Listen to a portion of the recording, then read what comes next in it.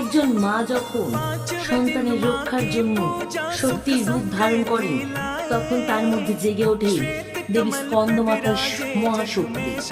নবদুর্গার পঞ্চম রূপ হলেন দেবী স্কন্দমাতা। তিনি দেব সেনাপতি কার্তিকেয় বা স্কন্দের জননী। অসুর বিনাশিনী দেবপুত্রকে কোলে ধারণ করে তিনি মাতৃত্ব ও শক্তির এক অনন্য প্রতীক হয়ে উঠেছেন। দেবী স্কন্দমাতা সিংহবাহিনী। তার 4টি হাত, 2টি হাতে পদ্ম, এক হাতে আশীর্বাদের বর মুদ্রা এবং অন্য হাতে তিনি শিশু স্কন্দকে ধারণ করে আছেন। তার উজ্জ্বল রূপ করুণা ও স্নেহে ভরা। যখন অসুর তারকাসুর দেবলোককে বিপর্যস্ত করেছিল, তখন স্কন্দ বা কার্তিকেয় জন্মগ্রহণ করেন তাকে বধ করার জন্য। সেই মহাবীরের জননী হিসেবে দেবী স্কন্দমাতা দেবতাদের কাছে বিশেষ পূজনীয় হয়ে উঠেছে।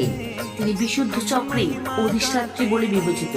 তার উপাসনা হৃদয়ের শান্তি, মমতা, আত্মবিশ্বাস এবং পারিবারিক সুখ সমৃদ্ধি নিয়ে আসে।